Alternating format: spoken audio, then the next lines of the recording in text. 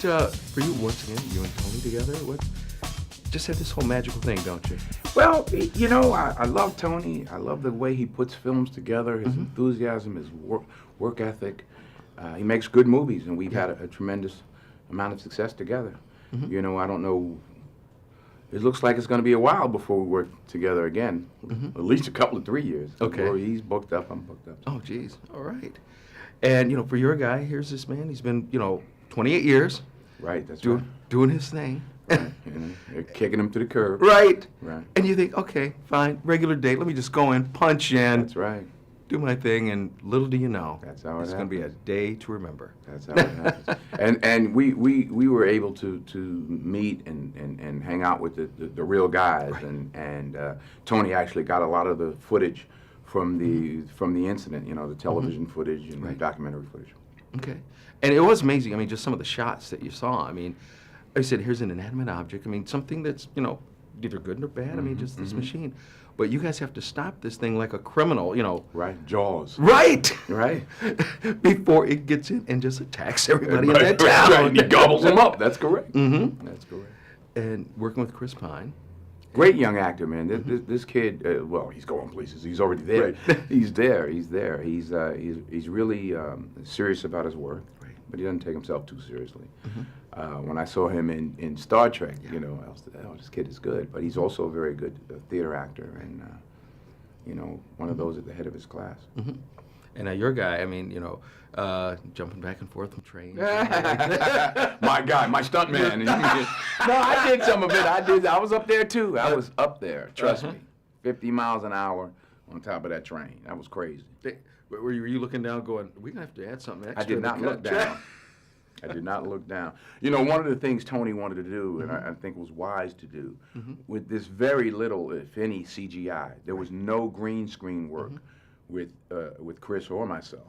When you see us on the train, we're on the train. If we're hanging off the side of the train and it's moving fast, that's us over our stuntmen. Right. And you're also a father. And the part that I loved about, what was going on with your daughters. is Hooters. Right. I know. That was the character, my guy, in real life, his daughters worked at Hooters. Okay. Yeah, so we just threw that in there. Because you think, most people, they're working their way through college. That's right, yeah. They're at the Dairy Queen, the McDonald's, or whatever. No, this is good work. It is. It's good work. work. It's good, honest Good work. That's And right. they make- Better than a strip club. That's right. That's right. pays less, but it's. And they make good wings. And do they really? Oh, yeah. You know, I've never been to Hooters. No? No, I just.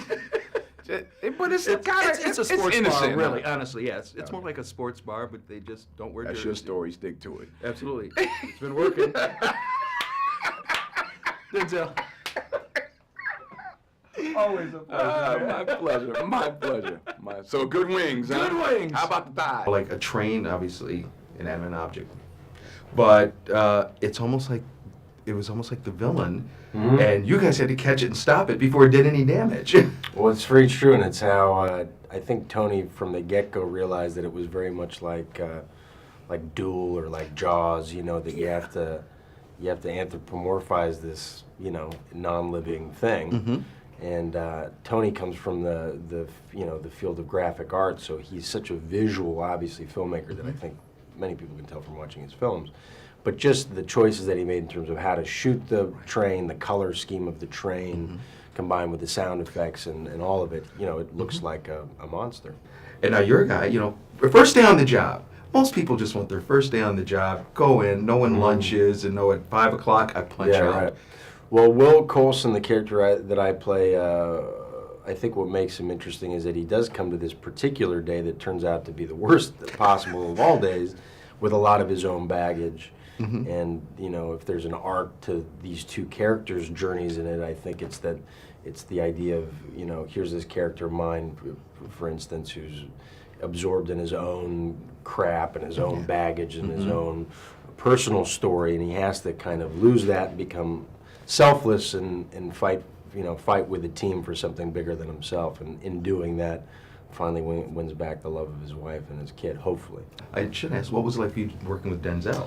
It was a dream come true. I think for any young actor, what you hope when you start out is that you'll get an opportunity to work with your heroes, and this was my shot at doing that, and it was it's something. So I think for any young actor, the dream is to work with your heroes, and this was an opportunity for me to do that. And Denzel turned out to be nothing but exactly what you would hope he would be, which is giving and respectful and just really lovely to work with. Mm-hmm.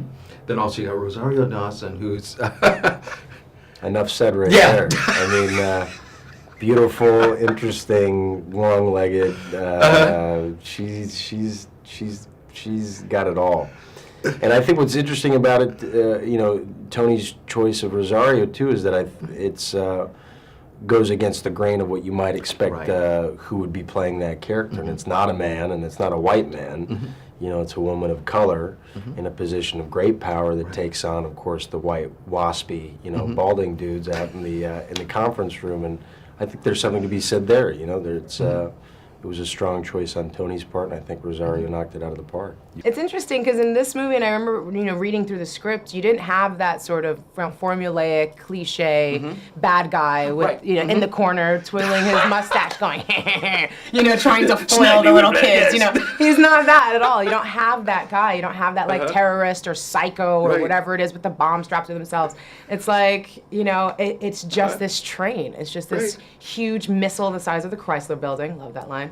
And it's just incredible. It rumbles. It really is like a shark in water. You just see it going, and it just raises the hair on the back of your head. And Tony's just a master at that. It's like, can an action movie work without a villain? Absolutely, absolutely. As a matter of fact, we replaced the villain with the diva because that train was something else. You ain't lying. You ain't lying. I mean, like you said, just pure power. You're just about to, Speaking of power, your character, very powerful lady, taking on all those guys. Yes, I know. It was fun, actually. I had such a good time. I love being the only girl on set, I have to say. There were a couple females on the crew, and that was about it. And we'd all bond, and we just had a good time. Especially we're in all heartland America. We're traveling. We were in Philadelphia. We were in Ohio. We were in Virginia. I mean, they were all over the place shooting this, and it was just incredible. We'd all have a nice beer afterwards and have a drink and talk, and there'd be like, the guy who comes off of the helicopter in the film had actually just come back from Afghanistan. And we'd, it was just such interesting people that Tony always has on set, and he's been working with the same crew for such a long time, and